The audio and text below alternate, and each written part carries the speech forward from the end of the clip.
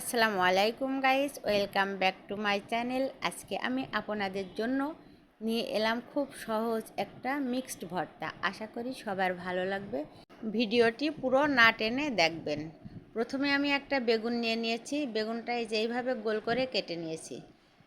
আর নিয়েছি 2 পিস মাছ, আপনারা 1 পিসও নিতে পারেন। আমি এখানে লবণ, হলুদ আর 1 চা চামচ মরিচ গুঁড়া নিয়ে নিয়েছি। এবার এইটা 10 মিনিট রেস্টে রেখে দিব। 10 মিনিট রাখার পরে অল্প পরিমাণে তেল দিয়ে দিয়েছি ফ্রাই প্যানে, এই 2 টেবিল চামচ মতো হবে।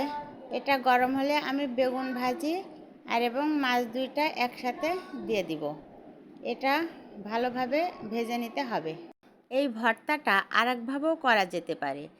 সেটা এর সাথে আর একটা টমেটো অ্যাড করবেন আর কিছু রসুন, 1 পিস মাছ আর বেগুন। আর এই ভর্তাটা